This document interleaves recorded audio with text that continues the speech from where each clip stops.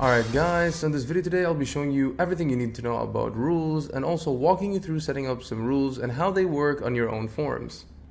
Let me start by showing you an example of one of our forms along with some rules attached to it and explaining to you the logic of how the rules work. As you can see over here, we have this order form. If I scroll down, you'll be able to see that there's a selection of fields here for different brands. It is important to note that between each set of fields for a specific brand, there's a section break right here. This is section break 1, and you'll be able to see that this is section break 2 over here. If we navigate to the rules of this form, you'll be able to see the rules that we've set up for this form.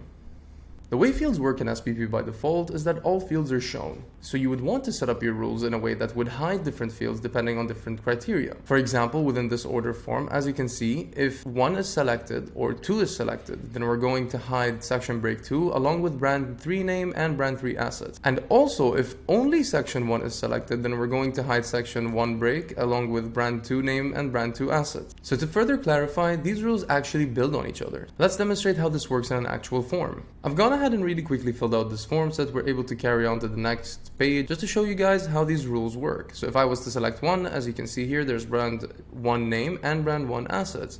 If I move to 2, we can see brand 2 and brand 2 assets, as well as this section break over here. If I select 3, it's going to show us all 3.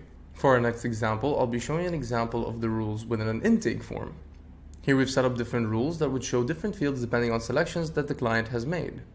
Again, it is important to pay attention to the fact that SPP shows all fields by default and you would only need to hide fields depending on different selections. So here we've configured these rules to say that if the image is not a brand, you would hide uploading brand asset as it's not needed by the client. Another question that we ask on this intake form is whether an image has a copy on it or not within a checkbox. If the checkbox is left unchecked, then we hide please provide the image copy. However, if they check the box, it just shows image copy instead. Here's an example of a rule with multiple conditions.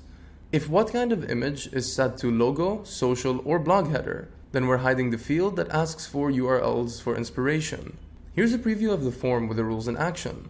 If what kind of image is set to logo, then as you can see, we're able to provide image dimensions as well as what file types we need. However, if we switch it to social, the question changes to for which social channels and what file types do you need? This is a constant question in both cases. If we change this to brand, you can see that now we're able to provide image dimensions, URLs for inspiration, as well as what file types. And if we do check this box right here, we're able to provide the image copy. If we move on to blog header, you'll be able to see that again, we're only asking for image dimensions as well as what file types are needed, and a checkbox for if the image has any copy. If so, we get an extra field. Hopefully this video has helped you understand how rules work a little bit better on SPP, and if you do have any questions, please do not hesitate to ask us and reach out to us via support. Thank you so much for watching this video, and I hope you have an awesome day.